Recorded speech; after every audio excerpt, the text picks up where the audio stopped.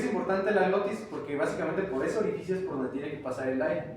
Si la glotis se cierra por completo, no pasa aire. Entonces, ¿qué pasa si no pasa aire? Asfixias. ¿Okay? ¿En cuántos segundos te desmayas? No pasa nada que esté parpadeando. 6 segundos te desmayas. Generalmente. ¿Por qué? Porque tu cerebro se queda sin oxígeno. Después de 5 minutos, ya empieza a haber daño cerebral irreversible. ¿Ok? Te quedas ya para siempre. O sea, si a los 5 minutos y medio te resucita, puede que ya incluso pues ya el daño sea irreversible y ya vas a tener pues trastornos para siempre. ¿Ok? Entonces, por ejemplo, la glotis es la que mide el plazo del aire. El espacio supraglótico está interesante. Aquí específicamente encontramos el cartílago epiglotario, que es el que permite el paso o no hacia la laringe. ¿Ok? Este se puede retraer y ocluye la laringe. ¿Para qué? Para que pase el eje digestivo hacia atrás, porque acá atrás está el esófago. ¿Ok?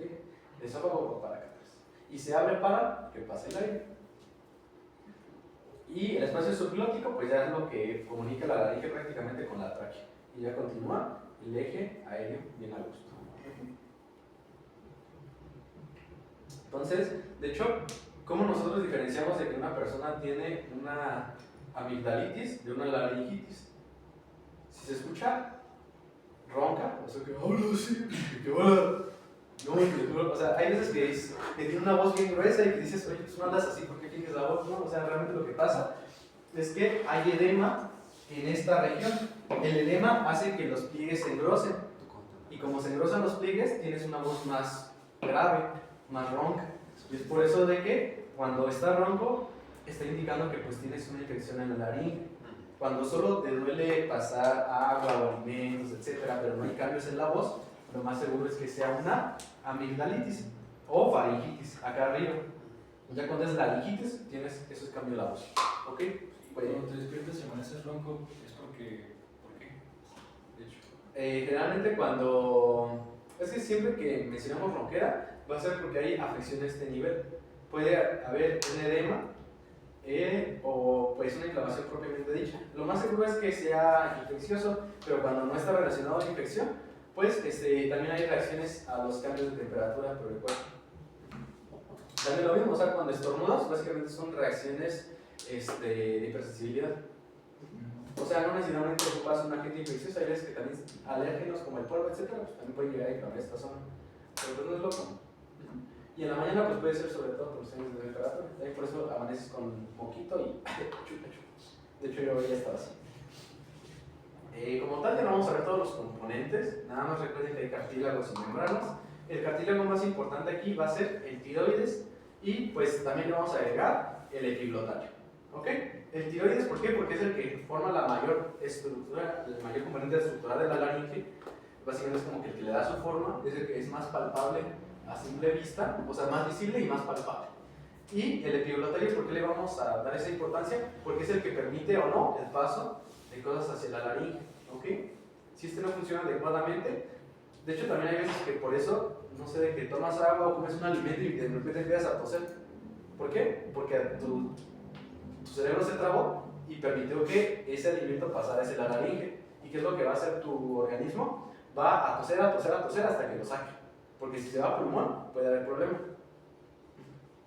Entonces, por eso, llegas a toser hasta que lo saques. Y pues por eso. Pero es un reflejo normal, un reflejo de que de hecho, pues es una, se puede decir, un factor protector para que no te dé neumonía.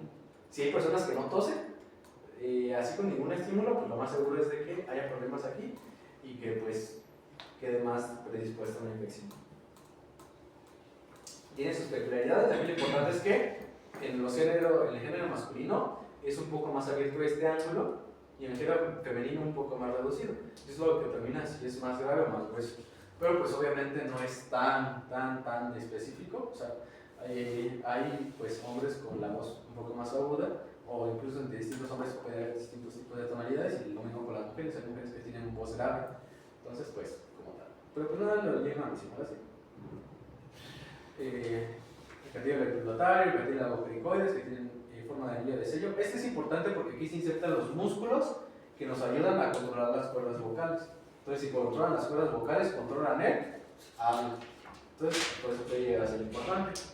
El equiglottario ya lo mencionamos. Estos, junto con el helicoides, van a regular pues, probablemente la fonación. ¿Por qué? Porque aquí se inserta el ligamento vocal. Ahorita vamos a ver la diferencia entre músculo vocal, ligamento vocal y pliegue vocal. Son tres cosas que tienen similitud entre sí, pero no son lo mismo. Aquí está toda en su conformación ya espacial. Ahorita no voy a detener mucho en esto. Aquí, esto sí me interesa. Si ven, como ligamentito que va de aquí a aquí, eso corresponde al ligamento vocal. Vean cómo se está insertando el aritenoides que está arriba del cricoides y va hacia este cartílago grandote que es el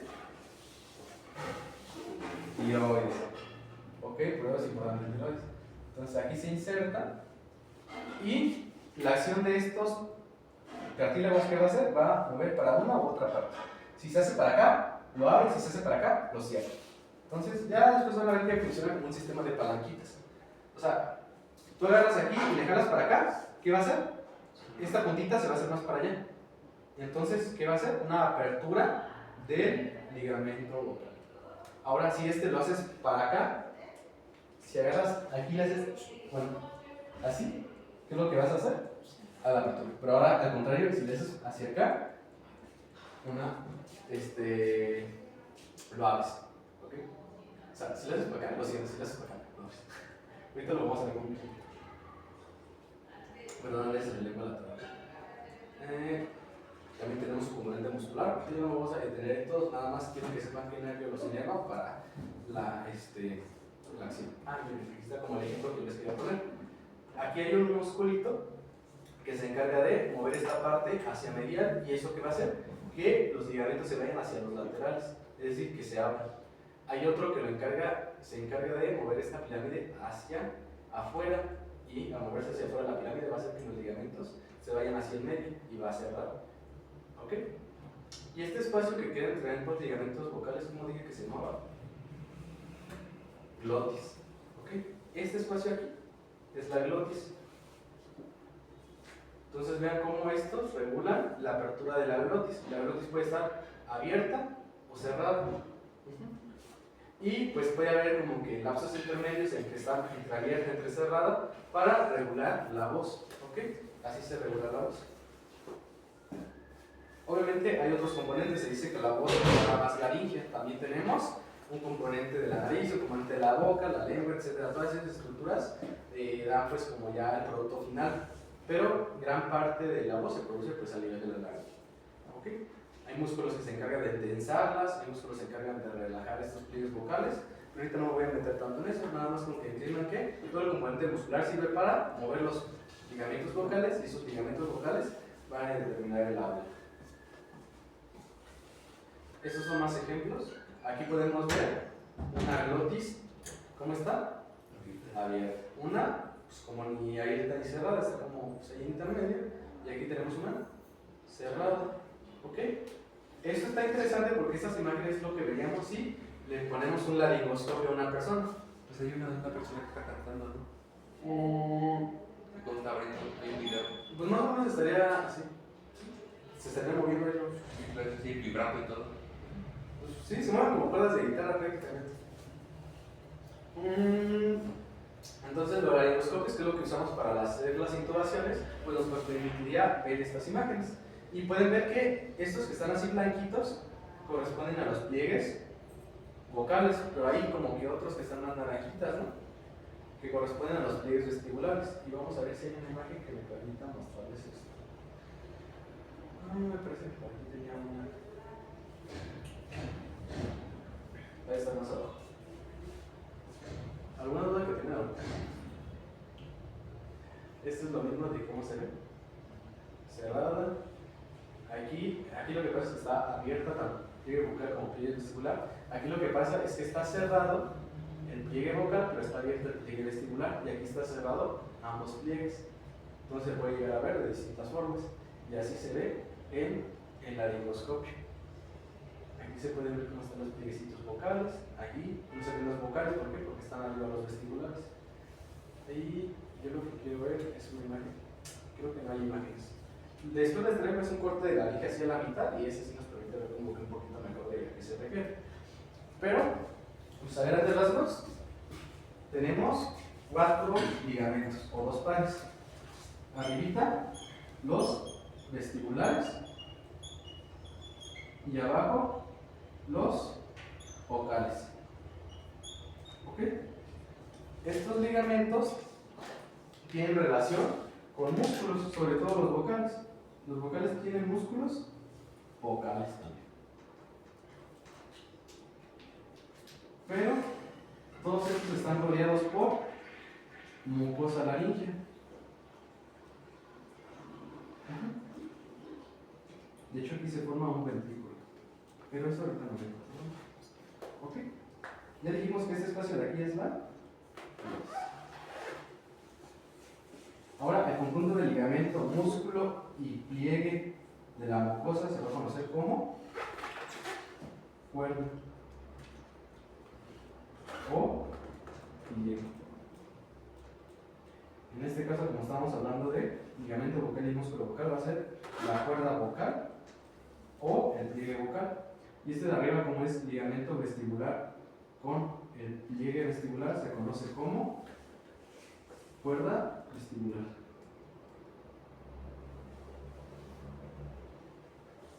O también le podemos decir pliegue vestibular. A esto también le dicen cuerda falsa y cuerda verdadera, porque esa es la que tiene una acción directa sobre la voz. Esa es la que se mueve, se abre, se cierra y da paso a los distintos tipos de voz. Entonces por eso es la cuerda vocal verdadera. Esta como tal no tiene la misma función que esta, pero pues también contribuye, y además cuando lo vemos desde acá arriba, pues lo podemos ver sobre los reales. Entonces le dimos cuerda falsa. Más o menos así se vería si hiciéramos un cortecito.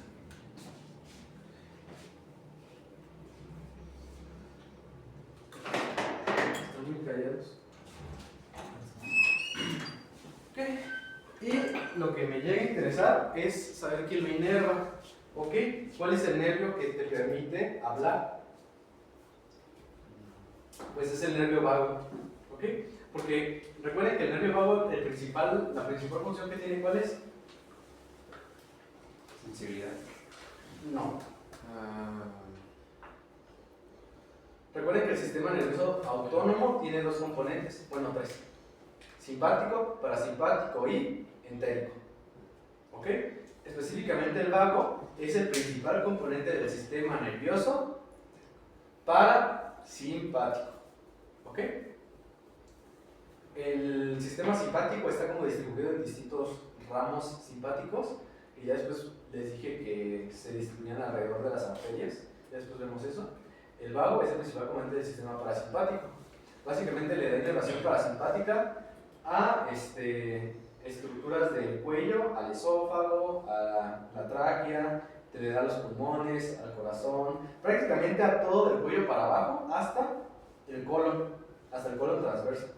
Ya colon descendente, sigmoides y recto es lo único que no le da inervación el vago, pero el vago, aunque le digan vago, pues básicamente trabaja en todas partes. Le dicen vago porque está en todas partes. Está en todas partes. Y específicamente no solo tiene una función parasimpática, sino que también va a tener una función motora y una función sensitiva. La sensitiva no me interesa tanto, pero la motora sí. ¿Por qué? Porque la motora es para todos los músculos de la laringe. Todos estos músculos que estaban en estas imágenes, todos estos son inervados por el vago. ¿Ok? Ya específicamente mediante 2 ramos, un ramo laringeo superior y un ramo laringeo recurrente.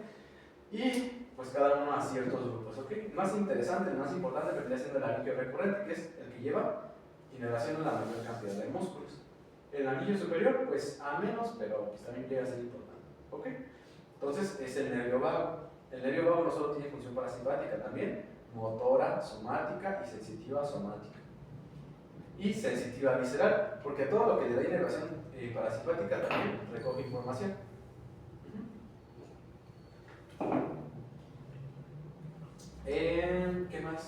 importante. Recuérdense, el nervio vago nos ayuda también a controlar la presión arterial. ¿Por qué? Porque va al canal aórtico y ahí hay receptores que ven qué tanto se está expandiendo las paredes de la aorta y nos ayuda a hacer una retroalimentación. Entonces el vago también controla la presión arterial, la frecuencia cardíaca, la frecuencia respiratoria. Ya dijimos que pues aquí también tenemos la parte del habla. La motilidad gastrointestinal también es favorecida por el nervio vago. Las secreciones, sobre todo del tracto gastrointestinal, pero por ejemplo, pues también vamos a mencionar las secreciones bronquiales del sistema respiratorio.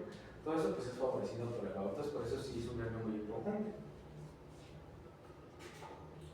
Y también cosas interesantes, la parte de tu corteza que se encarga de formar las palabras propiamente para después distribuir los estímulos mediante el vago, se conoce como el área de Broca, que está en tu corteza frontal. ¿Ok? Entonces, ahí nada más como... Recordando rápido, recordemos que tenemos nuestro cerebrito. Aquí tenemos una cisura. Bueno, vamos a poner las cisuras de color negro. Esta se conoce como transversa y esta se conoce como central. Esa le dicen de Rolando y esa le dicen de Silvio. Ahí. Todo lo que queda delante de la central, ¿qué nombre tiene? Lóbulo. Adelante del central. Frontal. Detrás del central. Occipital. Primero tenemos el parietal. Como tal, el occipital no está bien definido en la cara externa. ¿Ok? Por aquí estaría. Es como por dos líneas imaginarias que nosotros formamos entre dos cisuras que encontramos a este nivel. Pero como tal, el occipital en esta región no está bien definido. Y todo lo que está delante del occipital y debajo de la transversa es el color. También tenemos otros, pero que son internos que nosotros no vamos a ver, como el de la ínsula. Entonces, ahorita no me importa nada. Y lo importante es que el frontal tiene un montón de divisiones. Y más o menos a este nivel tenemos dos áreas bien definidas. Que esa se conoce como área de Broca. Y esta es la que se encarga de integrar todos los estímulos. Por ejemplo, vienen estímulos de la corteza auditiva, vienen estímulos de la corteza visual, vienen estímulos de la corteza de asociación, de la corteza sensitiva, de la corteza motora. ¿Y qué es lo que hace? Integra toda esa información para entender qué estás escuchando, qué estás viendo, qué estás pensando. Bueno, qué estás pensando sería también probablemente el lóbulo frontal. Más bien esto es como cómo lo estás asociando y también qué cosas estás sintiendo. Todo eso lo integra y manda ese estímulo de nuevo a la corteza motora que está aquí. Corteza motora. Específicamente hay una región que está como la región más inferior, como por aquí. Y ahí es donde se controlan los músculos de... ¿Qué estructura estamos viendo ahorita? De la laringe. ¿Okay? Y ya manda el estímulo. ¿Mediante qué nervio? El vago. ¿Ok? Pero sí está bien interesante cómo funciona todo eso, porque imagínense que hay un evento isquémico y se fue esta área. Sigues escuchando, sigues viendo, sigues pensando, sigues sintiendo, pero no puedes hablar. Son personas que tratan de comunicarse porque están entendiendo lo que... Para que tú entiendas lo que te están diciendo, ocupas un área de aquí, conocida como de Wernicke. ¿Ok? Pero si esa área está intacta, pues estás entendiendo, te están diciendo, hola, ¿cómo estás? ¿Cómo te llamas? Y tú lo estás entendiendo y quieres responder de que, me llamo Juan. Pero dices, y dices, ¿cómo te llamas? ¿Y por qué no me entiendes? Tú piensas que estás mandando el mensaje adecuado, pero la otra persona lo percibe como de que es algo incoherente. ¿Por qué? Porque sin esa área tú no puedes integrar toda la información para que digas Juan Me llamo Juan. Y por eso está interesante. De hecho, cuando se daña esta parte se le conoce como... vamos a ponerle afasia de Broca. Afasia motora. Afasia hace referencia a la incapacidad de expresarte. ¿Ok? De hecho viene del término afasia, que es como que mostrar. ¿Ok? A lo mejor como que quería hacer más referencia a lo visual, pero pues también así se conoce afasia motora de Broca, porque no puedes expresarte específicamente en el lenguaje hablado. Entonces por eso está interesante esta parte. Por eso muy importante el lóbulo frontal. Pero también el temporal y parietal, porque ya dijimos, si se daña esto, ahora ¿qué va a pasar? Tú vas a entender, no vas a entender a las demás personas, como si te estuvieran hablando en chino. Y tú eres de Jamaica, pues no, ¿verdad? O sea, como que dices, no entiendo nada. Por ejemplo, en cuestión de reflejos, aprovechando que estamos hablando del cerebro, ¿percibes todo en la parte frontal y para poder reaccionar de tus reflejos? Todo lo que, o sea, la percepción, la sensibilidad es en la parte parietal. Ajá. Frontal es como para razonamiento y para motricidad. O sea, lo frontal va a ser como para razonar las cosas y emitir una respuesta. El parietal va a ser para tener todos los estímulos, para recibir todos los estímulos que te están llegando. Entonces, por ejemplo, cuando reaccionas de una forma o eso de, pues sí, que te pega la rodilla y que reacciona tu rodilla, entonces el estímulo lo recibe el parietal, pero entonces el frontal le dice qué hacer o eso ya es...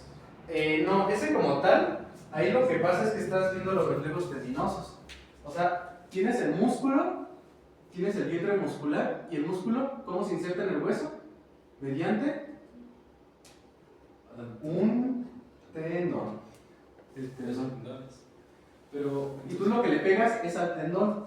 Por eso reacciona tu músculo. Sí, pero como tal, no llegas acá. O sea, aquí hay un órgano. ¿Cómo se llama ese órgano? A ver.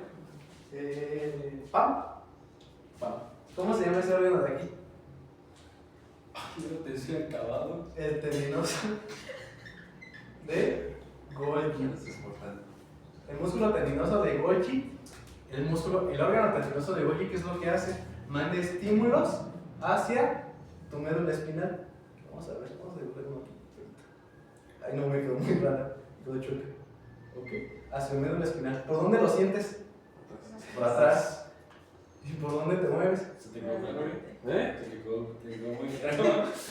Ok, ahí lo que pasa es que ese estímulo que viene del órgano tendinoso viaja a tus raíces dorsales.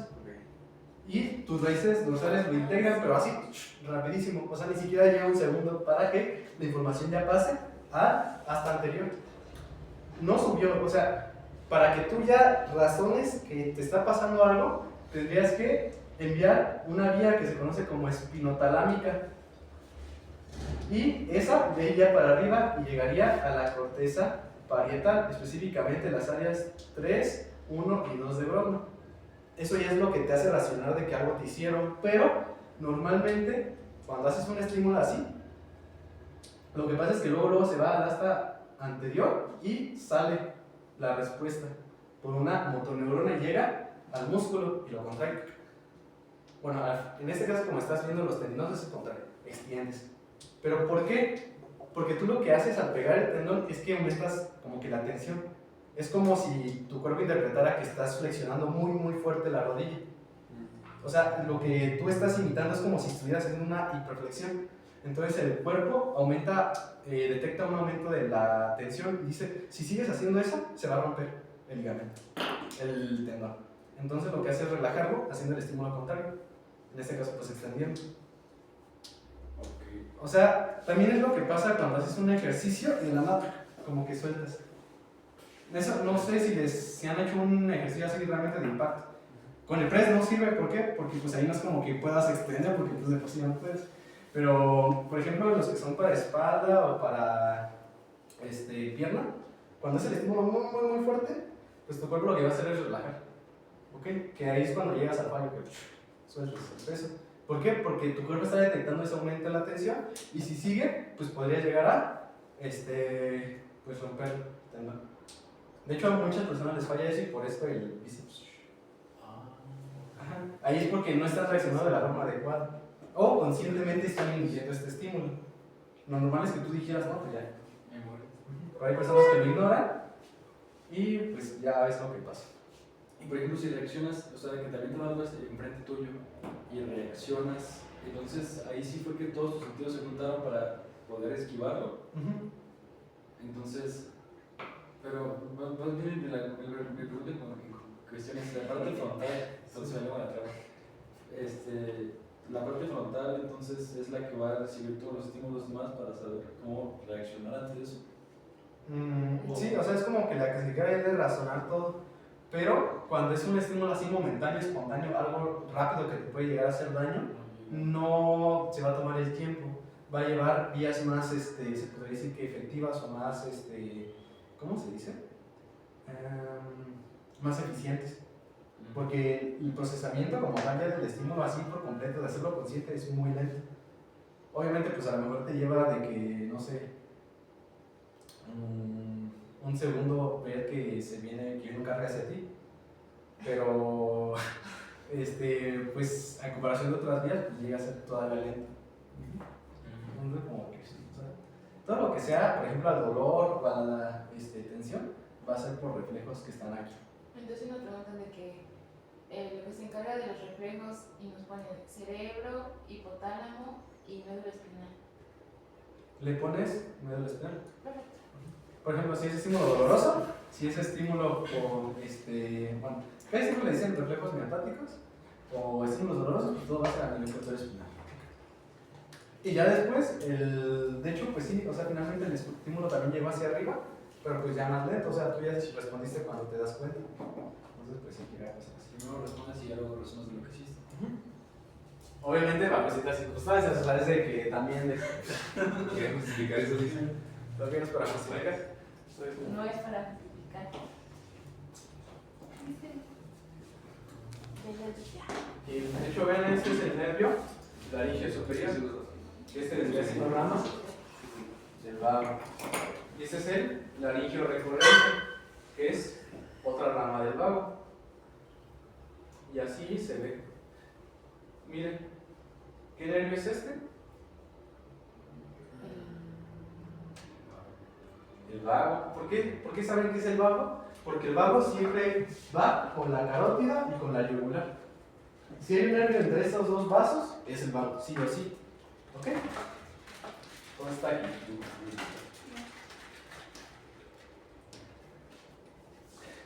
Y ven cómo aquí hay un nervio que va entre la tráquea y el esófago.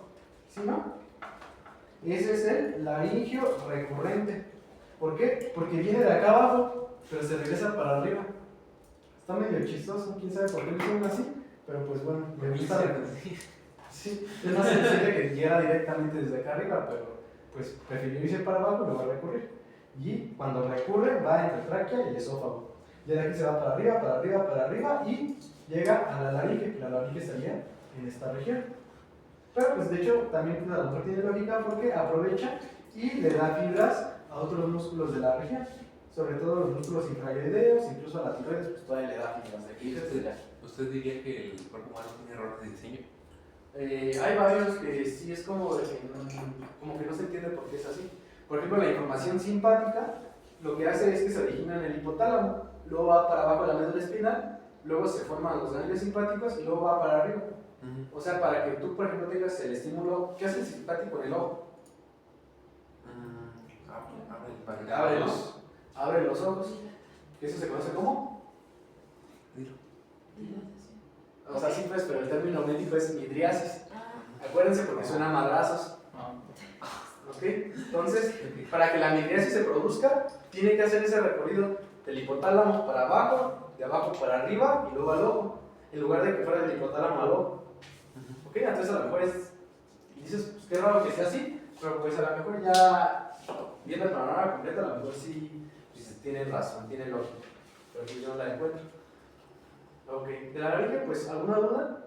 O sea, recuerden que hay cartílagos, los más importantes son aritenoides, tiroides y cricoides, porque son los que tienen que ver con las cuerdas.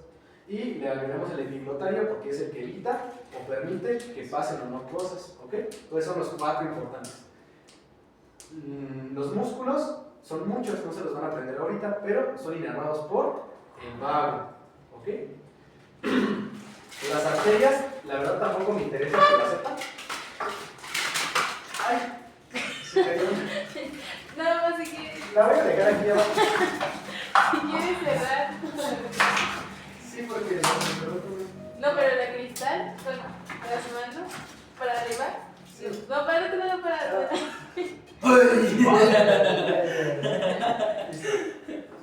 Ok, entonces, ¿qué otra cosa? La irrigación y el drenaje, a este nivel no ocupan saberlo, nadie les va a preguntar de qué ramos le dan irrigación a la varilla, pero ¿dudas que se hayan quedado? No. Ok, este órgano de aquí que está delante está más o menos a nivel de la tráquea, todavía del cricoides, y está delante más o menos de la varilla. ¿Qué órgano es este? Que está aquí, ustedes estamos viendo esta parte. ¿La qué? No, o sea, dije que está delante de la varilla. Este de aquí. La tiroides. La tiroides, ok. Por ejemplo, les pueden llegar a preguntar cosas, eso es importante. ¿La tiroides qué hace? ¿Cuál es la única función de la tiroides? Producir hormonas. Ok, ¿cuáles hormonas produce? Dime 3. Hormona tiroides. De 3. Ok, T3 que es la triotironina o tiroxina, o sea, ese es como el modelo de la que tiene acción sobre todo el cuerpo. También tenemos la T4, la tetraiodotironina, que es como un precursor de la T3, que es como una hormona tiroidea pero menos activa. Entonces T3, T4, y hay otra importante que es la... No es T. No, esa no. Es P. C.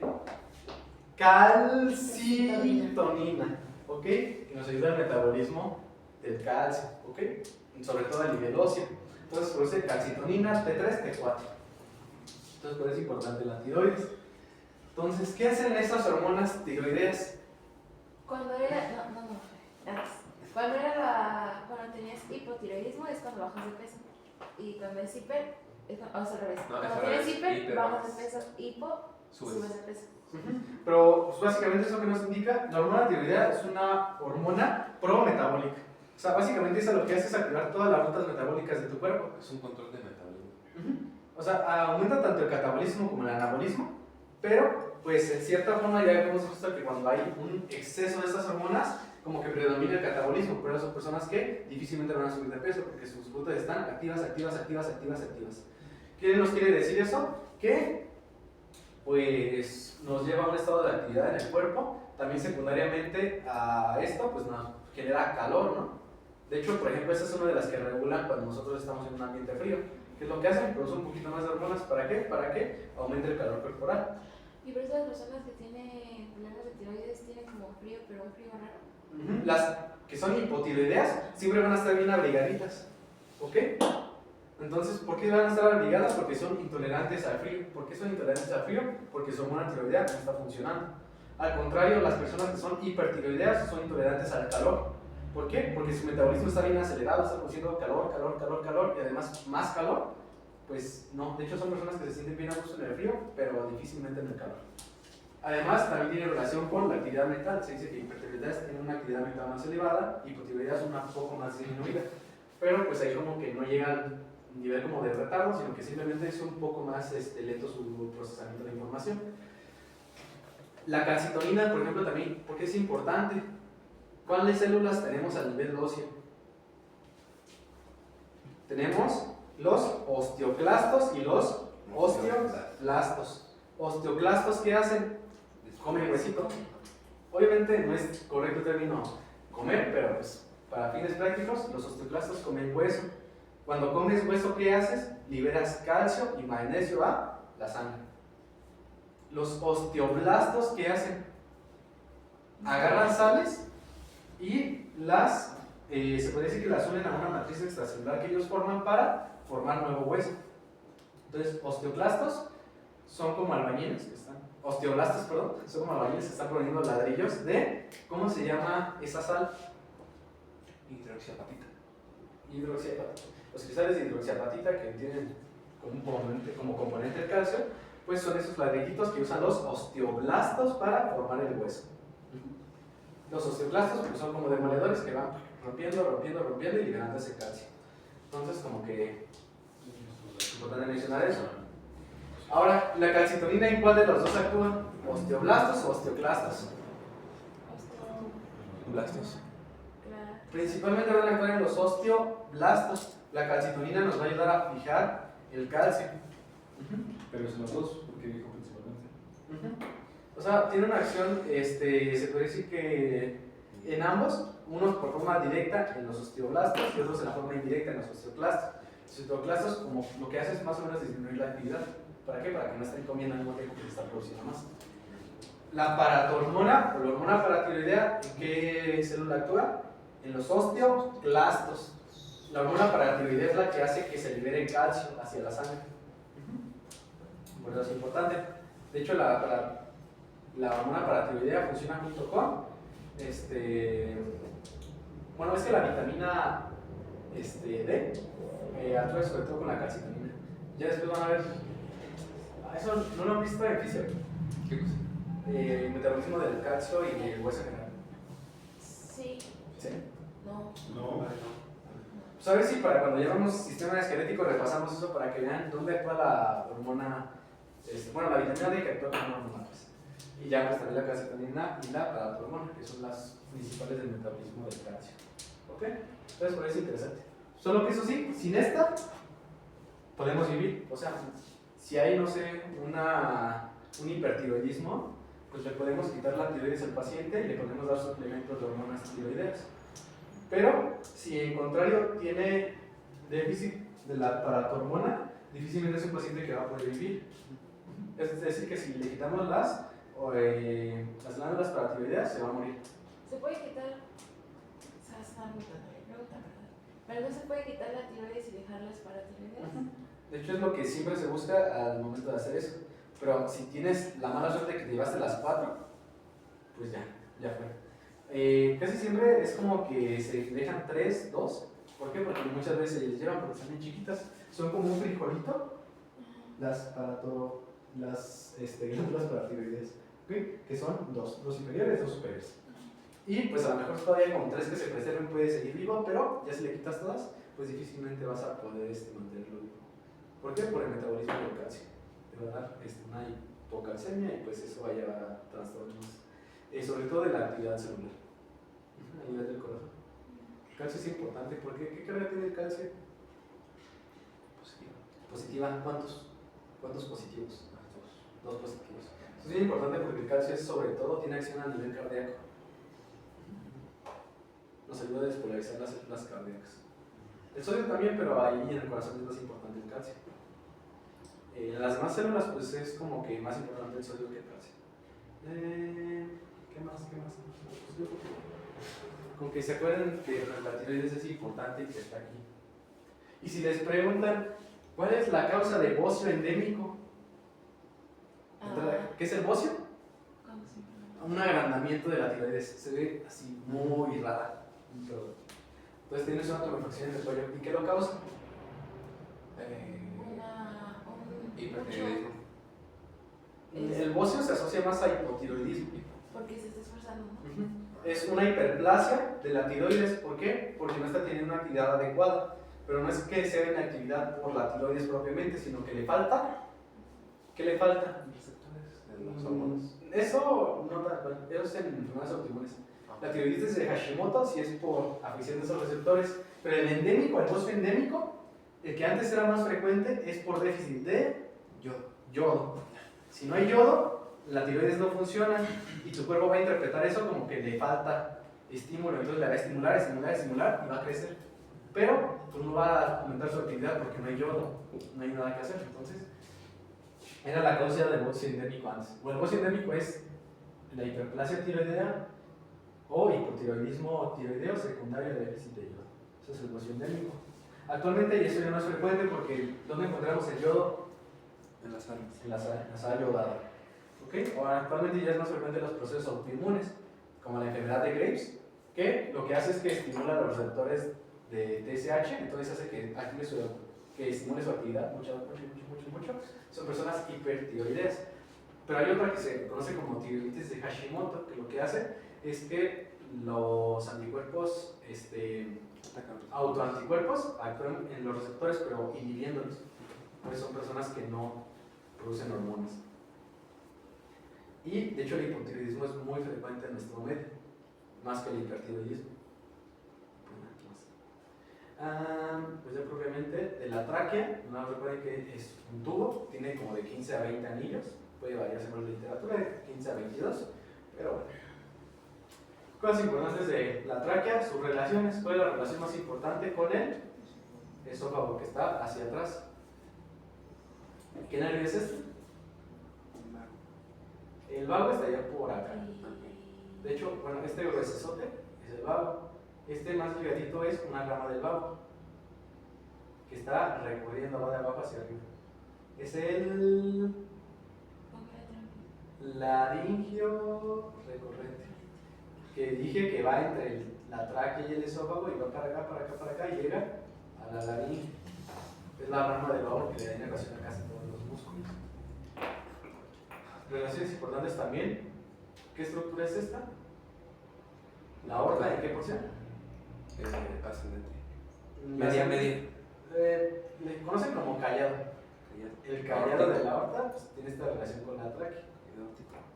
El período aórtico, sobre todo con la tráquea y el bronquio principal izquierdo.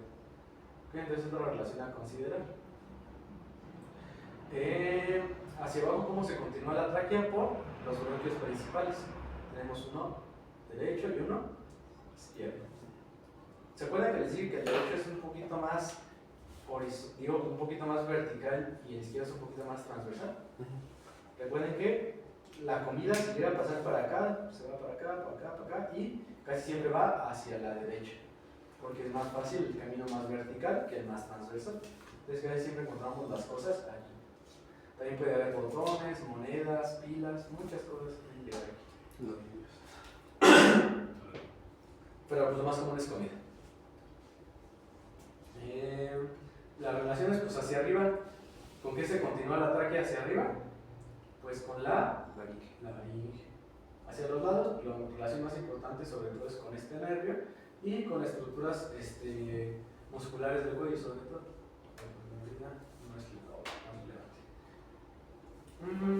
Otra relación importante de la tráquea sería esta que ya hemos mencionado, con la tiroides. ¿Okay? Específicamente con el istmo tiroideo y con parte de los glúteos. Aquí tenemos el esófago y aquí tenemos carótida, yugular y vaguito. Aquí están los músculos.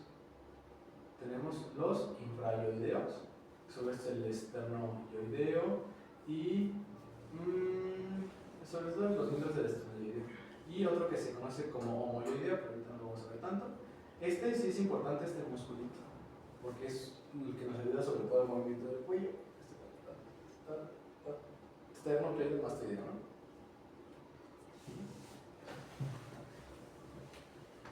Si vemos la tráquea por dentro con pues un endoscopio, vamos a llegar a esta porción.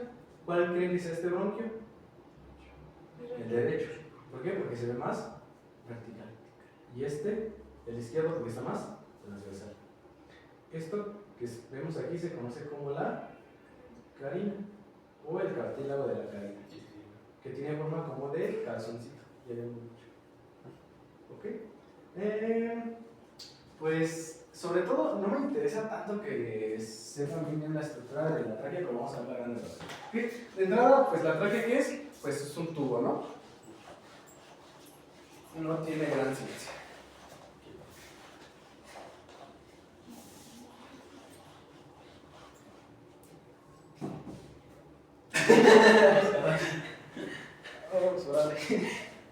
Ok. Es un tubo que se compone por la capa más interna que se conoce como mucosa. La mucosa está rodeada por una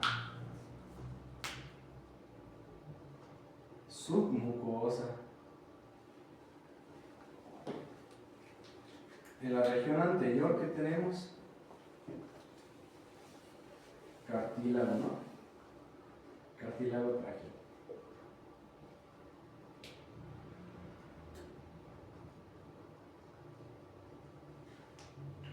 Y en la región posterior tenemos músculo liso.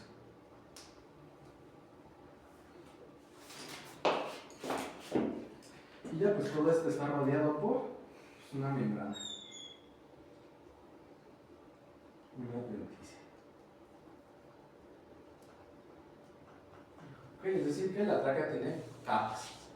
La más interna, la más externa. Y la que nos va a interesar a nivel de la tráquea pues es la del cartílago. ¿Cuál es la función del cartílago de la tráquea?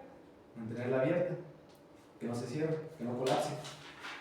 Pero, por ejemplo, acá atrás, ¿qué estaría? Dijimos el esófago. El esófago también tiene su mucosa, su submucosa, su muscular, su adventicia. Pero ¿qué pasa? El esófago casi siempre está cerrado. La tráquea no puede hacer eso. La tráquea tiene que estar abierta para que el aire fluya bien.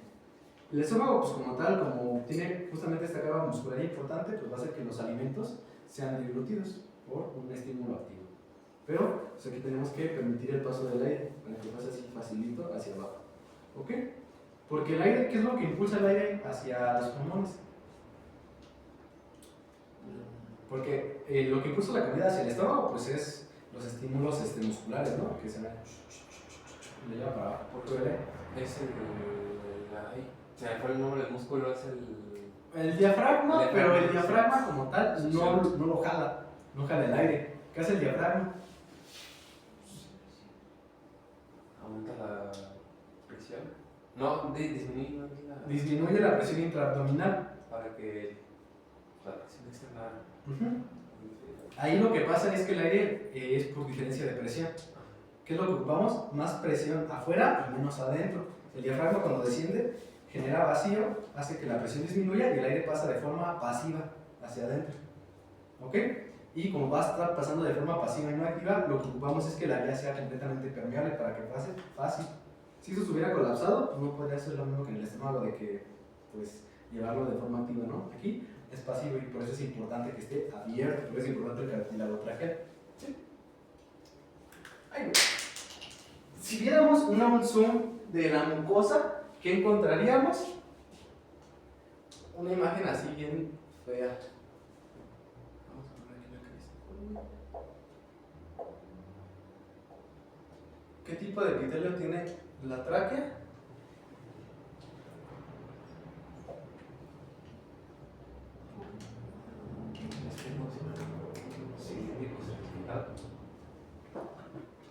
Se dice cilíndrico pseudoestratificado. Porque no completa estratos, sino que todas llegan a la lámina basal, solo que unas se ven más, como que tienen más base, otras se ven como más cónicas. Por ejemplo, esta tiene una base bien definida, esta nada más es como la puntita, etcétera, ¿no? O sea, como que todas llegan a la lámina basal, pero se ve irregular. Entonces es cilíndrico, simple, porque solo es una capa, pseudo estratificado, ciliado, porque tiene cilios, y además alterna con células caliciformes.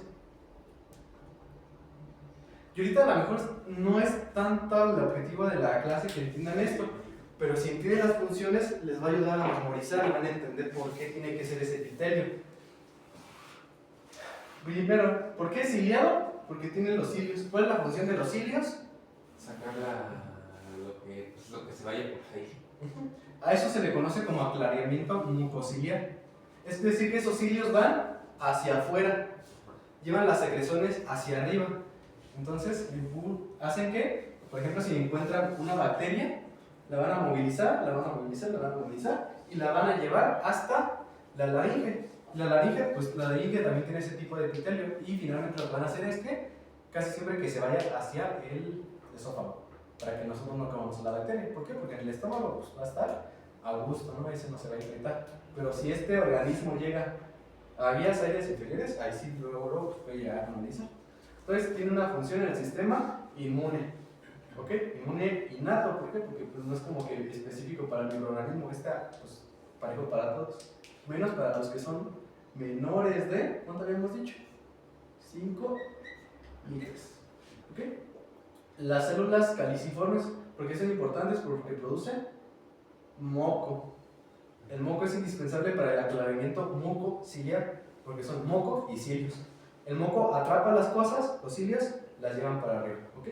Y en conjunto sacan todo. Por eso es importante que tengas este criterio.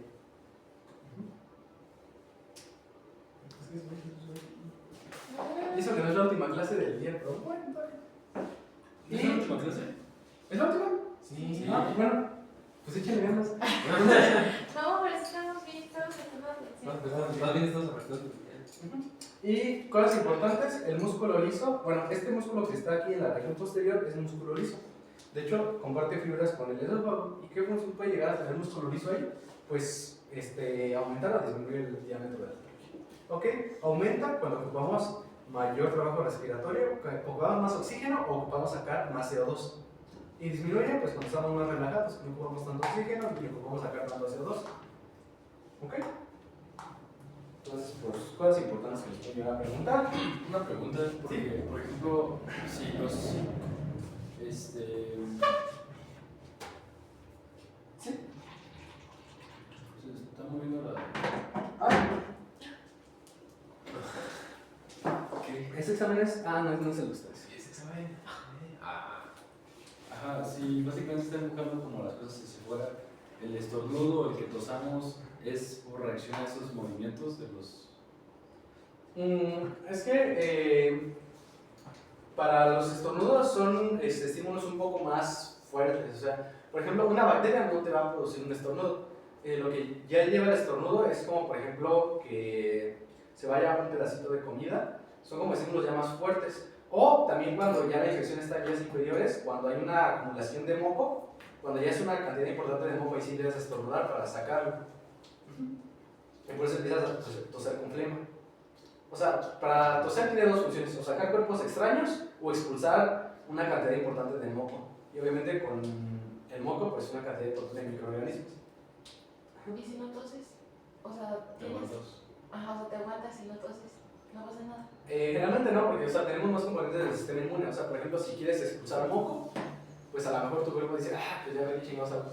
Pero no es lo adecuado, ¿por qué? Porque pues, finalmente vas a, se puede decir que entorpecer los mecanismos de protección. O sea, por ejemplo, cuando la gente. Es que ya ve que hay gente que dice, no, saca la flema. ¿Has escuchado? Y entonces saca la flema por la boca. Pero si tú no sacas la flema, eso está interfiriendo. Pues es que no, es que siempre con la flema, ya que la tienes en la boca, o la escupes o te la tragas. Pero ya dijimos, si pasa esófago, ¿qué va a pasar? Pues el esófago, bueno, al estómago, pues el estómago pues nada más de que pues vale. Entonces no pasa nada. Pero que es agradable. No, pues yo no lo hago por eso, no es para mi. Es que ustedes lo hacen de forma inconsciente, o sea, todo el tiempo están comiendo moco. Sí. Qué rico. Pero, pues sí, o sea, escupirlos, pues finalmente. O sea, por ejemplo, si es el baño, pues X, pero pues ya en la calle después ya es como. ¿Y el moco que sacan por la boca es el mismo moco que se suena por la nariz? Pues es que casi siempre es como un conjunto, o sea, el que está en la boca es tanto de secreciones nasales que pasaron por la nasofaringe, pero también de secreciones que vienen de la tráquea. Es como que ahí puede haber dos. Pero pues la verdad, o sea, en comparación de la cavidad nasal, la cavidad vocal está mucho más infestada de microorganismos. ¿Okay? La cavidad nasal es relativamente no estéril, o sea, porque pues está en contacto con el medio externo. Todo lo que esté con el medio externo no es estéril. Pero sí hay menos microorganismos que la boca, porque la boca tiene aerobios, tiene anaerobios, tiene gram negativos, tiene gram positivos. O sea, la boca tiene de todo. A lo mejor, por ejemplo, en la nariz no hay anaerobios, ahí nada más hay aerobios. Y pues generalmente no son como que potencialmente infecciosos.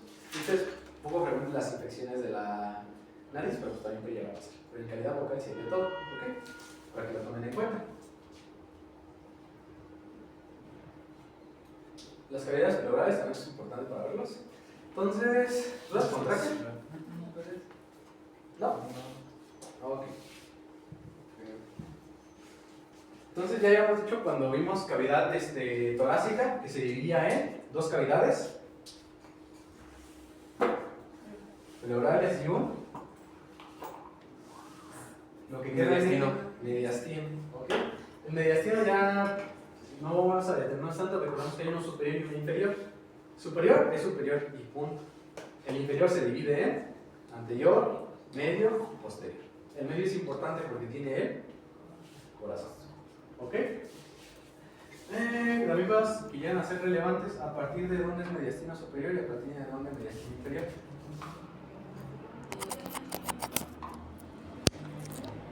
A partir de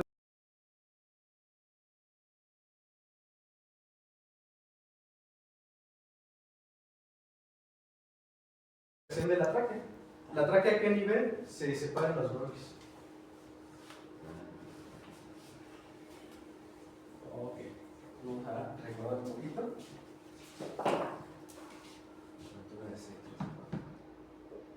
No sé, más bien T. Ok, así. Entonces vamos a dibujar el derecho y el izquierdo. Aquí lo puse muy transversal, pero más o menos. ¿Okay? ¿A qué nivel se origina la tráquea? ¿A qué nivel inicia? Más o menos C6. ¿Por qué? Porque ese nivel más o menos termina la laringe. Sí, sí. C6. Ok, puede ser C5, C6. Y desciende y llega más o menos hasta T4, T5. Ok, y a partir de ese nivel se bifurca. Pero ¿qué más cosas pasan a ese nivel? Dividimos de destino superior de inferior. ¿Por qué? Porque a ese nivel que tenemos, ¿se acuerdan del esternón? Que a nivel de la articulación del manubrio con el cuerpo se forma el ángulo de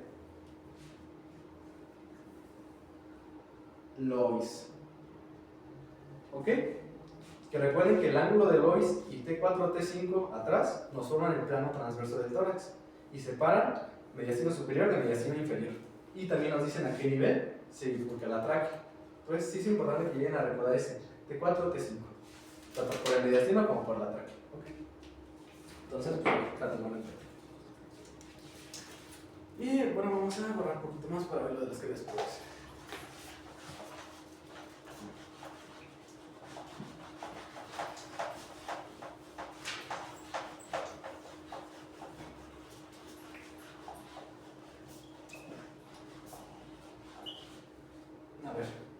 Vamos a ver las capas de la pared torácica. La pared torácica, ¿qué capas tiene? Pues primero, lo más externo, lo que nosotros vemos es la...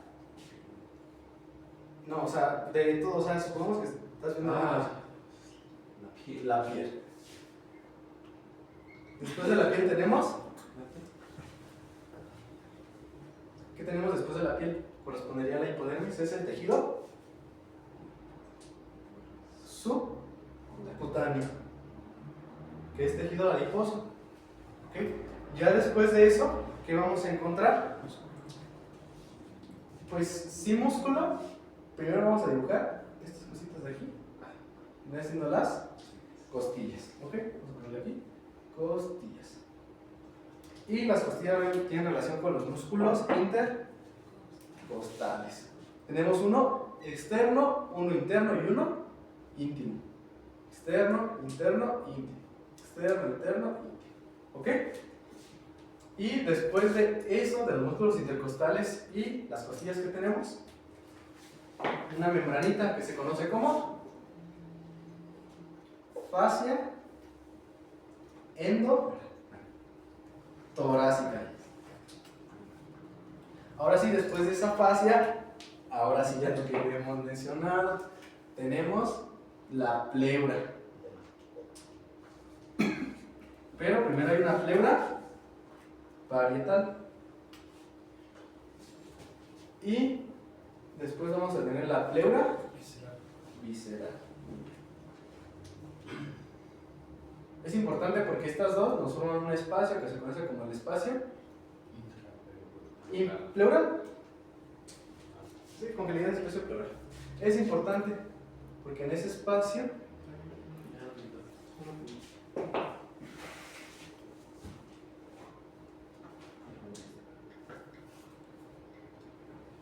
¿qué hay en ese espacio pleural? Líquido. ¿Cómo se llama? Pleural. ¿Por qué es importante este líquido y las pleuras? Porque lo que nos va a ayudar las pleuras y el líquido pleural es a que no haya fricción entre la pared del tórax y el pulmón. Básicamente sirven como una especie de superficies de contacto y el líquido pleural como un lubricante para que los pulmones se expandan y se contraigan adecuadamente dentro de la cavidad. Pues por eso es importante ese espacio. ¿Ok? Y pues vamos a tener una pues, cantidad no tan grande de líquido pleural, son como unos 200, no, son como unos 40 a 60 mililitros de líquido pleural. ¿Ok? Que constantemente se está produciendo y también se está reabsorbiendo. ¿Okay? Y ya después, ahora sí, de la pleura visceral que tenemos, pues ya el tejido del pulmón, ¿no? Entonces esas son las capas de la pared torácica. ¿Alguna duda?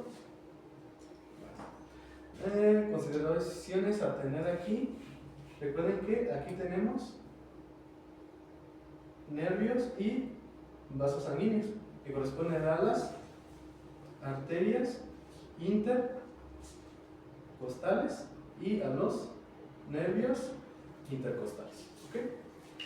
Nada más como para llegar a mencionar. Y pues cosas importantes. ¿Qué diferencia vamos a tener entre una pleura y otra? De entrada, la pleura visceral, desde su origen embrionario, no va a tener receptores somáticos. Es decir, que la pleura visceral no puede sentir dolor. Entonces, si el pulmón también carece de receptores somáticos, ¿cómo le va a hacer para sentir dolor? Por la pleura parietal. ¿Por qué? Porque intrínsecamente el pulmón no puede sentir. ¿Ok? Entonces, la única estructura de estas que vamos a mencionar que tiene una inervación somática es la pleura parietal. Aquí vamos a ponerle dolor. ¿Ok? Que tiene fibras que van por la vía espinotalámica y llegan, ya dijimos que lóbulo siente. Frontal, parietal, temporal, occipital, parietal. ¿Ok? Ahí es donde está el área somestésica. ¿Ok? Somestésica, sensibilidad del cuerpo. Entonces, llega al lóbulo parietal. De hecho, por eso la mayoría de las afecciones que llegan al pulmón no se van a sentir. ¿Ok? Para que ya tengas un dolor, que se conoce como dolor pleurítico, pues tiene que llegar a afectarse la pleura parietal. El problema es que casi siempre cuando se afecta ya es en etapas avanzadas. Por ejemplo, del cáncer, cuando es cáncer broncopulmonar, si el cáncer está muy mediado en lo que es el pulmón propiamente o muy en el centro, difícilmente va a llegar a afectarlo ya hasta una etapa muy avanzada. O incluso si es un poquito superficial el tumor, pues para que llegue a afectar la pleura parietal, pues tiene que pasar un tiempo. Ya tiene que haberse pues, desarrollado pues, la neoplasia. Entonces, por eso. Entonces, de entrada, el bofe no duele. Entonces, no puedes decir que me duele el pulmón. ¿Ok? Generalmente, cuando estés sintiendo un dolor en la pared torácica, que no sea en la región precordial, porque si es región precordial, ¿en qué sospechas? Sin corazón. Entonces, todas las áreas que no sean región precordial, ¿en qué vas a sospechar? Sobre todo un dolor músculo esquelético. ¿Ok? O aquí no tanto esquelético, vamos a decir músculo cartilaginoso. ¿Por qué? Porque los cartílagos costales duelen. Los músculos también duelen. Entonces, por ejemplo, el otro día fui a clínica con el doctor y vimos un paciente que decía, me duele el pulmón, es que me duele aquí, me duele mucho. Entonces, ¿qué fue lo que pasó? Hicimos una exploración y vimos que lo que realmente tenía era una contractura. O sea, tenía un dolor de origen muscular, no de origen pulmonar. ¿Ok? Pulmón no duele. Pero ya si hubiéramos visto, si hubiéramos descartado lo músculo cartilaginoso, pues a lo mejor si hubiéramos ido por algo que afecta a la pleura. Pero pues ya dijimos que es pues difícil que algo llegue a afectar a la pleura. ¿Okay? O que ya está muy avanzado, entonces pues de mal pronóstico. ¿Cómo se puede infectar la pleura? Pues por ejemplo si hay invasión de la cavidad pleural, puede haber infección. Los traumatismos, sobre todo, pues todo lo que penetre la cavidad torácica, pues sí va a afectar a la pleura. Pero pues ahí ya es muy evidente, ¿por qué? Porque pues ya tienes un traumatismo importante en la cavidad torácica. Pero por ejemplo algo que se origina en el pulmón y afecta a la pleura, pues es ya difícil, ¿no? Pero dijimos, por ejemplo, cáncer, también las neumonías, cuando ya están muy avanzadas, pues es como que lo más relevante. Y también cosas importantes, pues ya ahora sí, si tuviéramos así, tendríamos nuestra pleura, vamos a poner primero la visceral, Y recuerde que la pleura es propiamente una sola lámina. O sea, básicamente es una única membrana, pero se repliega sobre sí misma.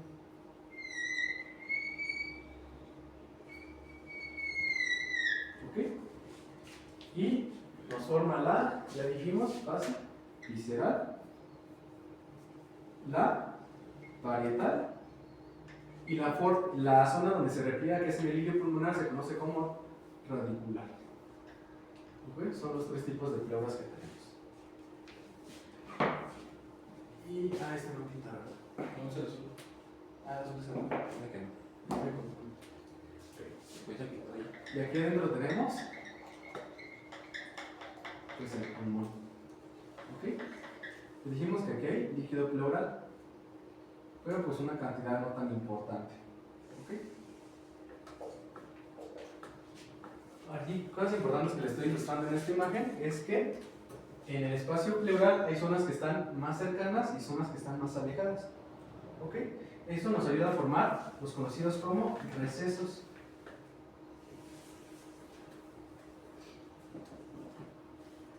Los recesos pleurales no es tan relevante que lo conozcan y también la mayoría no llegan a ser como tan relevantes en la clínica.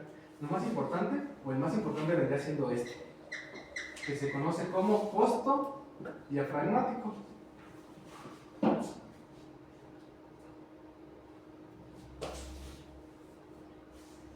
Y ese sí es importante, de hecho todas las imágenes que vean se lo van a ilustrar, incluso esta que no es como que muy anatómicamente correcta, es ilustrativa, pero aquí te pinta el costo diafragmático. ¿Por qué?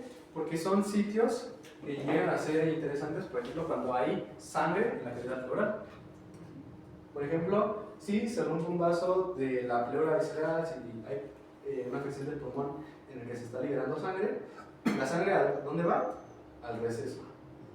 Y se acumula en estas regiones. También cuando hay un exceso de producción de líquido pleural, como cuando hay inflamación. Cuando hay inflamación se va a producir más líquido.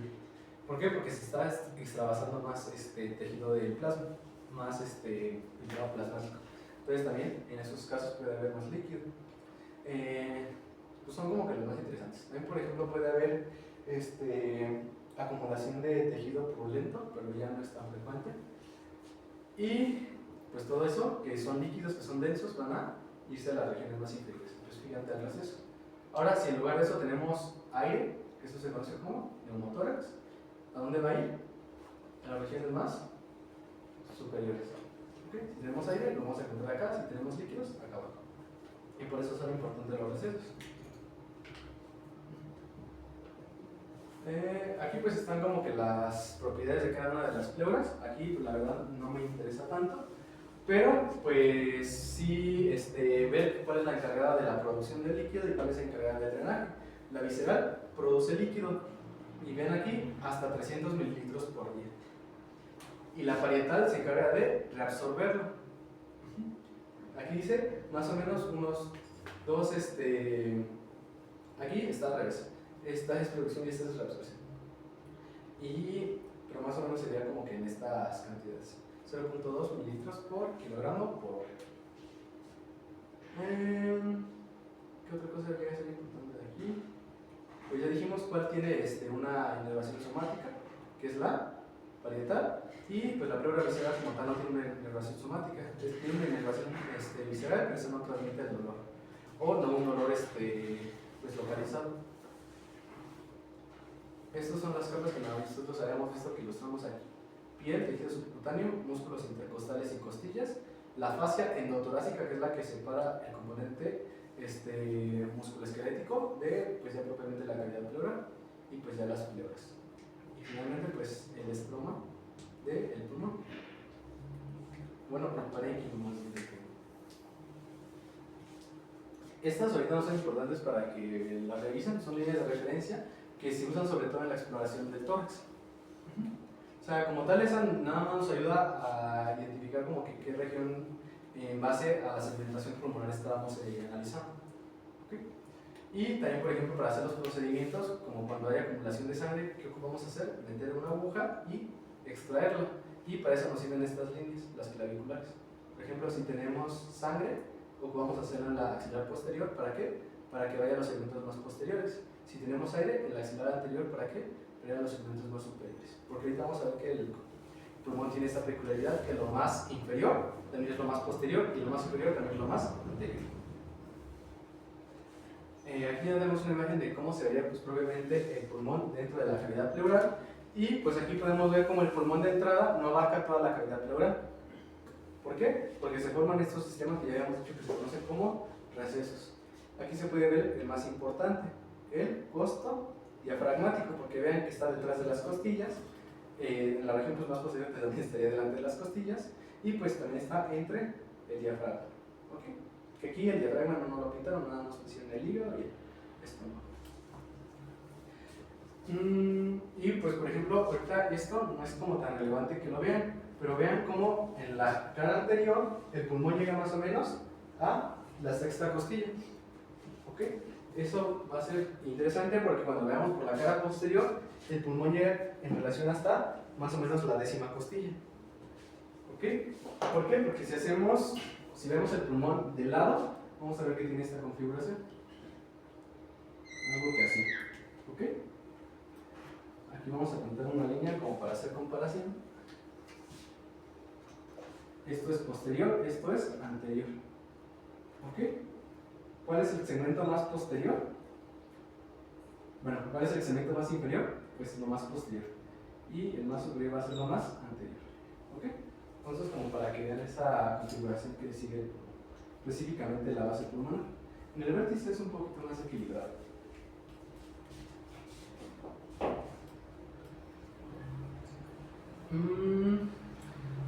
Aquí como que también interesante como que relacionarlo. Vean, pues de entrada qué estructuras tienen relación con los pulmones. Por ejemplo, esta víscera que tenemos aquí en medio, ¿cuál es? Es el corazón, ¿ok? Que ya sabemos que el corazón va de derecha a izquierda, de arriba hacia abajo y de atrás hacia adelante. Entonces tiene relación sobre todo con el pulmón izquierdo, ¿ok? Ya hemos dicho que por eso el pulmón izquierdo es más pequeño y el derecho pues un poco más voluminoso. En la región posterior pues tienen relaciones similares. Aquí la que más se llega a mencionar es la relación que tienen con, ¿qué hueso es este? La escápula. Hacia abajo, por ejemplo, ¿qué riñón es la? ¿Qué órgano es este? Es el riñón, ¿ok? Y arriba del riñón está la glándula suprarrenal, ¿ok? Esto sobre todo tiene relación con las pleuras, ¿ok? Porque de hecho pues pueden decir que son vísceras probablemente abdominales, pero pues vean cómo la pleura llega hasta relacionarse con esas vísceras abdominales. Hay cosas importantes, vean cómo en la región anterior el pulmón tiene un recorrido un poquito como oblicuo, de medial hacia lateral, y en la región posterior es un poquito más transversal, ¿okay? Forma una línea directa. Eso lo podemos ver en la clínica, por ejemplo cuando hacemos una percusión. No sé si ya han escuchado o han ido al médico y les... Por ejemplo, ahí lo estoy haciendo en el hígado, por eso suena así como que... Si me voy más abajo, como que rebota más, ¿no? A ver, vamos a ver. Es que es difícil hacerlo en la piel, no vamos a ver cómo vamos como que es una persona, pero aquí lo importante es que la diferencia de sonidos nos da si estoy en hígado o si estoy en una víscera hueca, como el intestino, ¿no? Bueno, Dicen a mí, pero yo escuché diferencia, ¿verdad? sí. Ahí estaría más o menos a nivel del estómago. Y acá se escucha un poquito más apagado. Sí, ya. Es como donde sí se ve mucho es en un garrafón. O sea, hay un nivel hidroaéreo, ¿no? Está la parte que está llena de agua y la que está llena de aire. Vean eso, cómo suena donde hay aire y cómo suena donde hay agua. Porque eso es como la base de la exploración. Por ejemplo, a nivel del pulmón, ¿qué debería de haber? O sea, si nosotros hiciéramos eso en el pulmón, ¿qué deberíamos escuchar? Hay un hueco más hueco. ¿Se escucha? Es que me cuesta mucho hacerlo. No, pero sí se escucha. ¿Qué se escucha? Pero ¿qué tenemos que escuchar? Que se escucha. Pues es que hay un sonido que se conoce como claro pulmonar. ¿Qué más que sonido? Que es el sonido que se produce por tanto el parénquima pulmonar como por su contenido de aire. Por ejemplo, si nosotros nos vamos a las regiones más inferiores y están llenas de agua, por ejemplo, cuando hay no sé, sangre, cuando hay líquido pleural en exceso, pues se va a escuchar un poquito más como mate, como el hígado. ¿Okay? Ya eso está medio complicado de explicar y de hecho a veces hasta a mí me cuesta todavía que se oiga, porque no encuentro la diferencia de sonido, pero ya eso lo pueden ver. Aquí la diferencia sí está interesante, que por ejemplo esta relación con las escápulas, porque es importante, porque en la escápula es una estructura pues ósea, ¿no? Es una estructura que si nosotros hacemos esto ahí, pues se va a escuchar, pues también muy mate. ¿Por qué? Porque es una estructura ósea sólida, que además está recubierta por varios músculos. Por ejemplo, ¿qué músculos hay aquí? Esta es la espina de la escápula, abajo de la espina está el infraespinoso. Arriba de la espina está el supraespinoso. ¿Ok? Entonces son músculos que pues le añaden más a esa región y pues hace que no se escuche el pulmón. Entonces se escucha diferente. ¿Ok?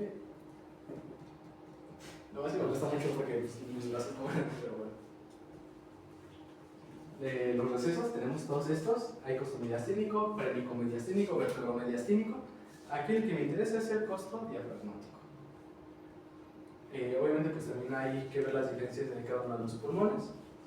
¿Cuál es más grande? Pues ya dijimos, el derecho. ¿Por qué? Porque el izquierdo tiene pues esa masa disminuida por su relación con el corazón. Vamos a ver que el derecho tiene 3 fisuras y el izquierdo 2 fisuras.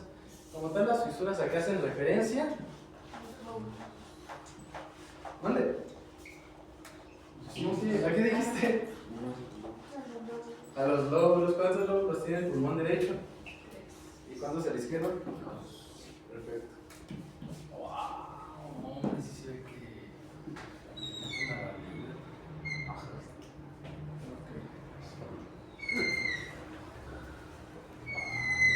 ¿Qué es esta señora? ¿No quiere cambiar de pulmón? Sí, vamos a.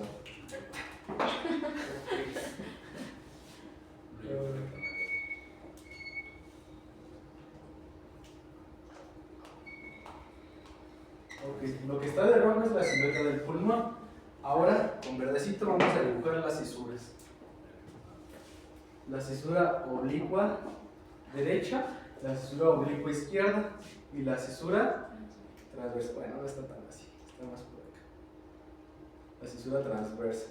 Entonces tenemos uno superior, uno medio y uno inferior, que la cara anterior se ve muy poquito, ese se ve sobre todo en la cara posterior. Y en el izquierdo tenemos uno superior y uno inferior. ¿Ok? Eso sí, recuérdenlo. Si nosotros vemos a una persona desde adelante y la exploramos, por ejemplo, hacemos auscultación, le hacemos percusión, ¿qué vamos a estar analizando? Sobre todo los lóbulos superiores y el medio en el caso del derecho.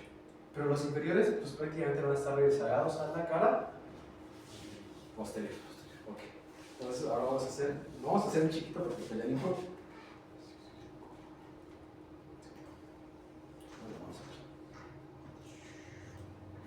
Quiero que quede bien como que claro de que este es el izquierdo.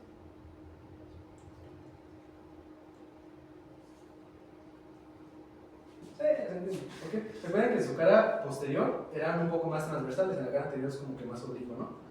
Más así. Entonces, ¿cómo se verían las líneas? Está algo que así. Este es el superior. Bueno, está un poquito más reducido el superior. Inferior, ¿ok? Sobre todo los inferiores. De hecho, creo que en la imagen se alcanzó a ver bien. ¿Ok? De hecho, vean todo esto, corresponde al inferior. Nada más esta porción pequeñita corresponde al superior. Y vean aquí, todo esto es superior. Aquí está el transverso y este chiquito de acá es el inferior. Acá, este chiquito de acá es el inferior y este es el superior. ¿Ok? Entonces tiene 3 y 2 cisuras. Ya tenemos fisuras, los lóbulos pues, tienen relación con el peso. Pues aquí se dice que en promedio, o sea, ambos tienen que pesar de unos 1100 a 1200. Aquí nos lo reparte de que este son 600 y este son 500. ¿Por qué? Tiene menos masa, ya dijimos, pues, por la relación con el corazón. Pero ahorita vamos a ver que no significa que sea menos eficiente o que pues oxigene menos, ¿ok? Básicamente a nivel funcional son casi similares. ahorita vamos a ver cómo suple esto. Ahora sí, los segmentos simplemente son divisiones del parénquima pulmonar que pues, los van dividiendo los lóbulos. Ahorita vamos a ver esto, porque es más que nada con el árbol bronquial.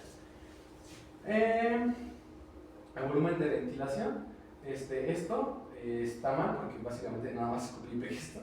Los volúmenes de ventilación, pues al final de cuentas nos hace referencia a cuánto aire entra por pues, cada inhalación.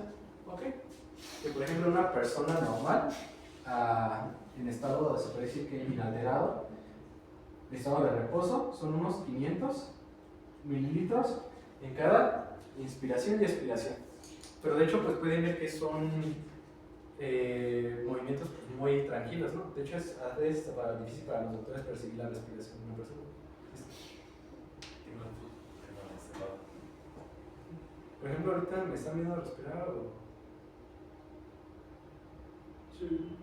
Poquito, ¿no? Apenas alcanza a percibir que se mueven muy rápido. Generalmente cuando estás así, normal, en reposo, son 500 mililitros. Pero ahora, si haces una inhalación y una exhalación forzada, puedes subirlo hasta unos 2300, incluso ya hablando de 3 litros. ¿Ok? Otros llegan a decir que hasta 3.2 litros. Depende del tamaño, ¿no? Sí, obviamente depende de la persona, no es una persona grande. Entonces pues, también puede llegar a esto. Que lo importante es que la capacidad total de aire del pulmón varía de los 5 a los 6 litros. ¿Ok? Esto hablando pues ya de una inspiración forzada, de todo el aire que puedes tener al mismo tiempo dentro del pulmón. ¿Ok? Pero si dije que son de 2300 a 3 litros, ¿dónde sale más aire? Hay otros volúmenes que se conoce como el volumen de reserva inspiratoria. Bueno, el volumen de reserva inspiratoria nada más es cuánto aumenta de aquí a acá.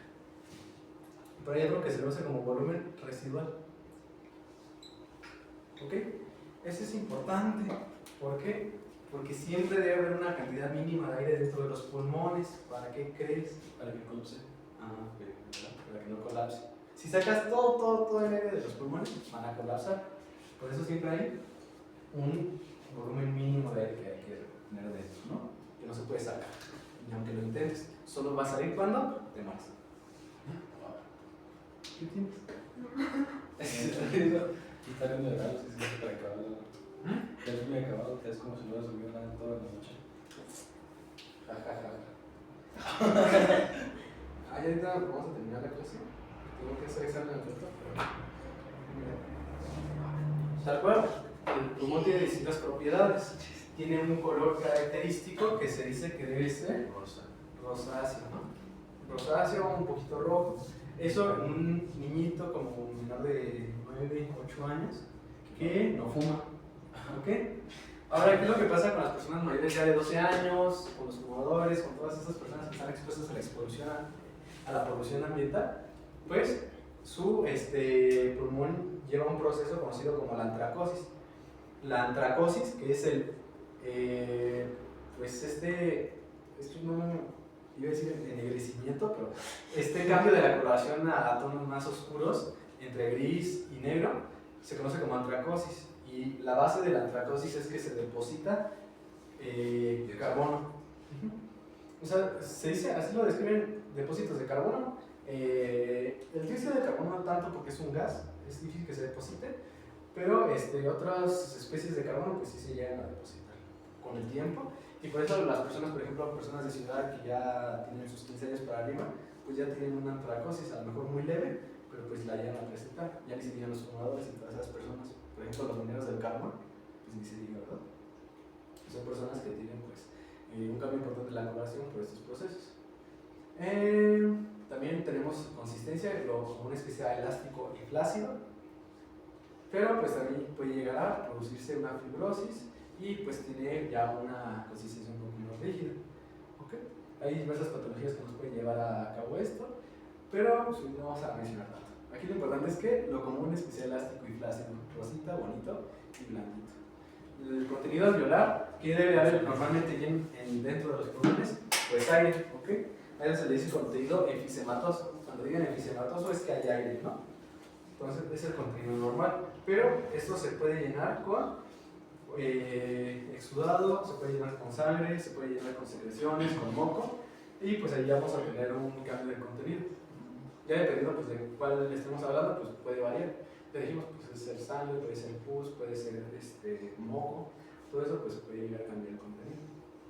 Y pues con las respectivas repercusiones. Obviamente si hay moco en lugar de aire dentro de los alveoles, ¿qué va a pasar?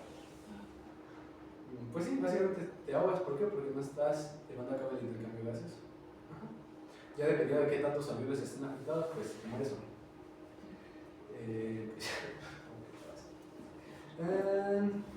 Aquí tenemos una imagen muy bonita que nos va a señalar los pulmones y el corazón. Pero pues ahorita la verdad no es muy didáctica para ustedes, ¿vale? Entonces vamos a ver. Aquí las imágenes de entrada, pues, ¿qué forma tienen los pulmones? Es forma de un cono. Tienen una base y tienen un vértice. ¿Ok? Y van a tener ¿cuántas caras? 2. Sin contar la base, vamos a tener una cara conocida como costal y una cara mediastínica. Entonces, si lo viéramos desde arriba, veríamos esta configuración. Esto corresponde a la cara costal, que es la más extensa, y esta la cara mediastínica. Ya si contamos la base como otra cara, pues también tendríamos una cara diafragmática. Entonces pueden ser 3 o pueden ser 2, dependiendo de cómo lo vean.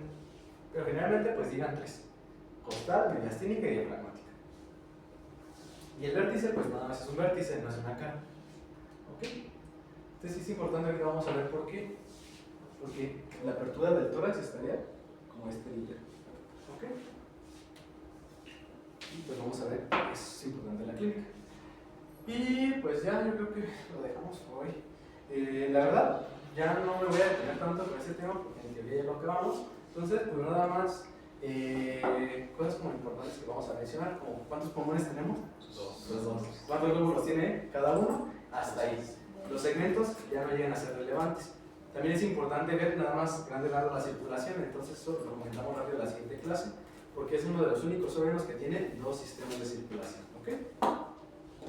¿Cuál otro órgano tiene 2 sistemas de circulación? El corazón, como tal, nada más es uno. Bueno, es que como tal, es la parte dentro de las cavidades no es como una circulación. O sea, la circulación del corazón es el sistema de las coronarias. Pero por ejemplo estamos hablando del hígado. El hígado pues tiene una circulación hepática propiamente dicha y una circulación portal. El pulmón tiene una circulación funcional, que son estos vasos que vemos aquí, y otra bronquial o de nutrición. Okay, entonces, hígado y corazón son esos que tienen distintas circulaciones. ¿Por qué? Porque la sangre dentro de las cavidades del corazón no interactúa con el corazón propiamente.